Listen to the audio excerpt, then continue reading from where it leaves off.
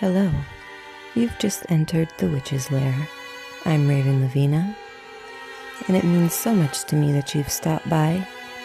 So please, make yourself comfortable, and let's just get right to it. There are those who believe that the ouija board is a direct channel to the dead, a portal for otherworldly entities. Others say it's nothing more than a harmless board game and overactive imagination. Contacting the spirit world has a long history and has since become a rite of passage for teenagers around the world. But for those of you still left to try it, remember this. The ouija board works like a phone, and anyone on the other side can answer your call, be they good or bad. So here are a few short stories of people's true experiences while playing with the ouija board.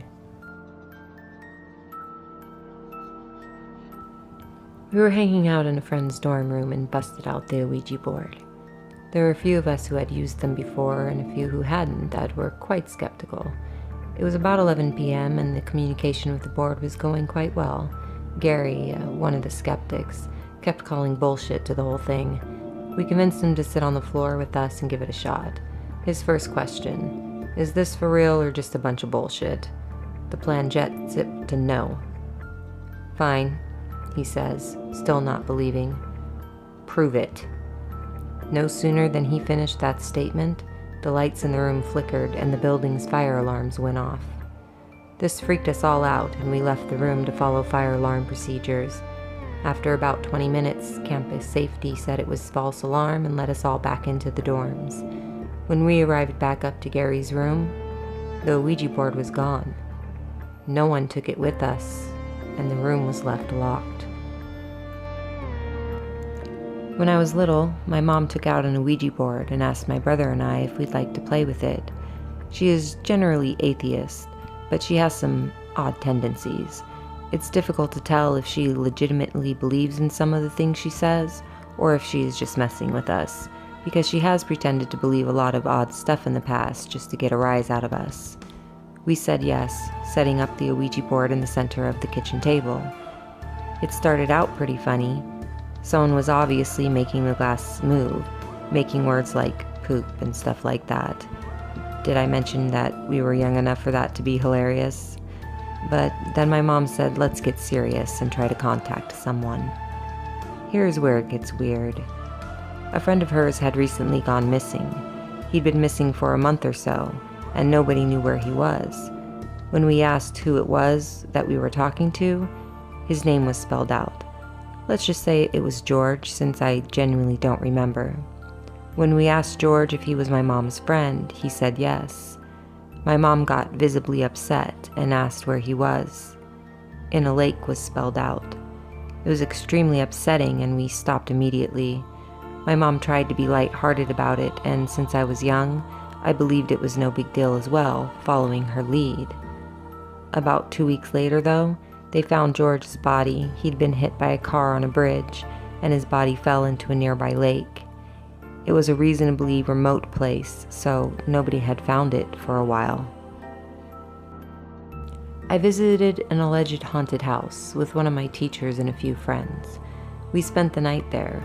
Sometime around 4-ish, we talked to one of the 3 girls who had died of cholera in the 1800s. When we communicated with her, we asked her to show herself, and all she responded with was 11:35. Flash forward to 11:35, and everyone is together and really anxious. 11:35 comes, nothing happens. We all relax. But at 11:40, my teacher claimed she saw a girl in the window.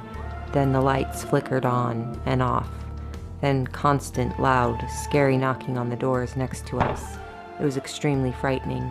After it seemed over, we pulled the ouija board out and the girl confirmed it was her.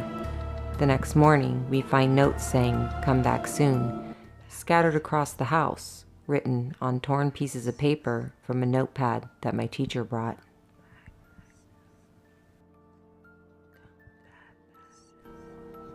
In high school, a couple friends, my friend's mom and myself, were talking about a local building being haunted.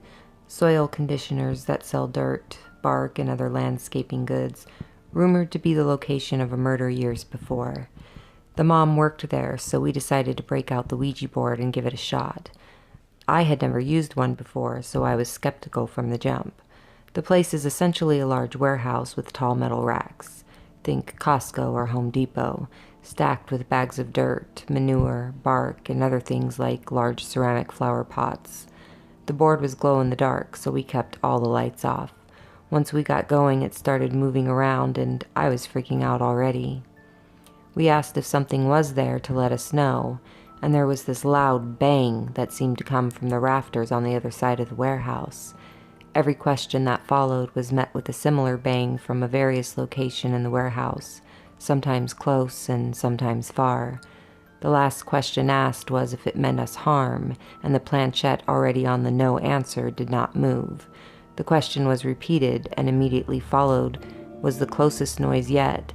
Seemed right on top of us, so we decided to get the fuck out of there.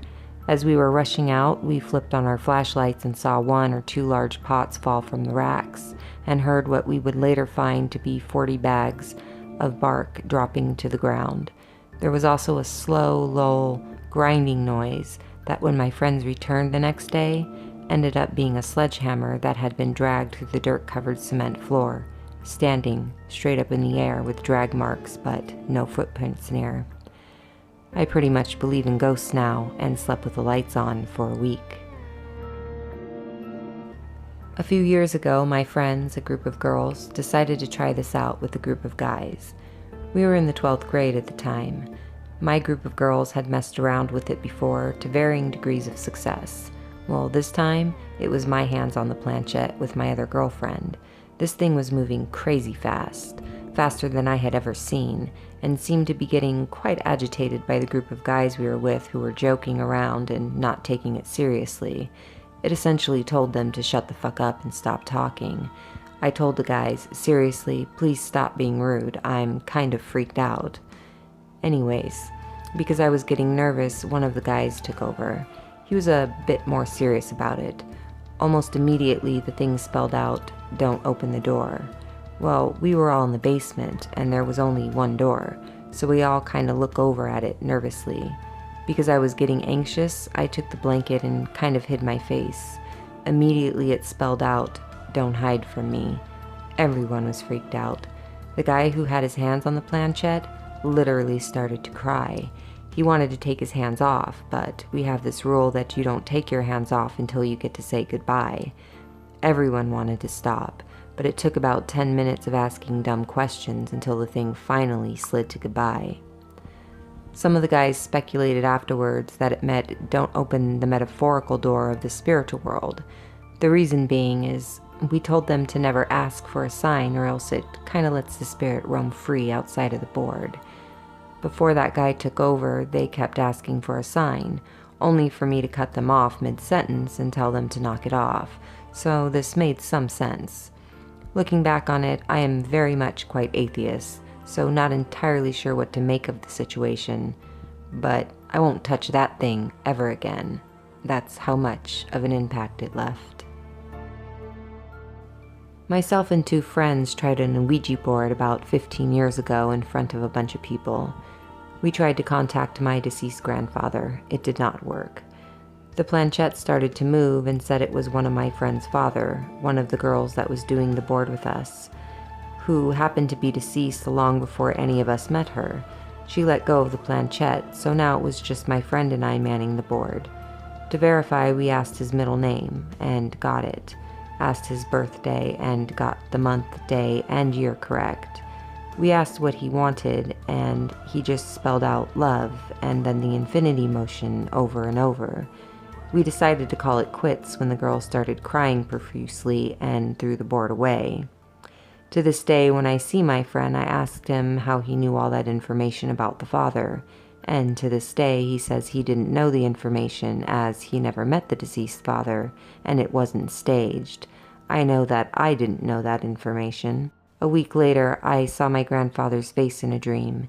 He was shaky from the stroke he had had before he died, just as he was in my last memories of him. I just looked at him. He slowly raised his head and we made eye contact. I said, "I tried to contact you." He stopped shaking, leveled his face, leaned forward and said, "I know. We let the other guy speak." Then I woke up. One of my best experiences involved talking with the spirit of air, which happened back when I believed only in the mental aspect of magic and thought that the spirits I was talking to were just parts of my psyche. To test this, I asked the spirit to show some kind of sign of its existence, which I did not expect to manifest.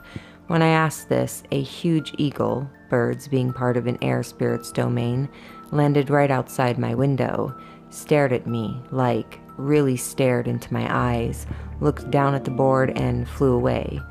Maybe it was coincidence, but I closed down the communication, did a rose cross banishing ritual, and noped the fuck away from magic for a while.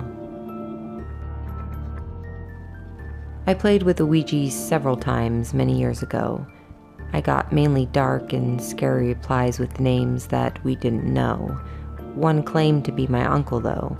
We started to do it all the time, every day with a homemade board. A few weeks later, I was in a club and saw a friend I hadn't seen for maybe 2 years from across the room. He literally came running over to me with a strange look on his face. He said, "I can't believe it's you. I have something strange to tell you, but you have to listen to me." Before I could even answer him, he went on. "I went to see a reader. She told me that she had a message for a friend of mine, a woman. She said your name.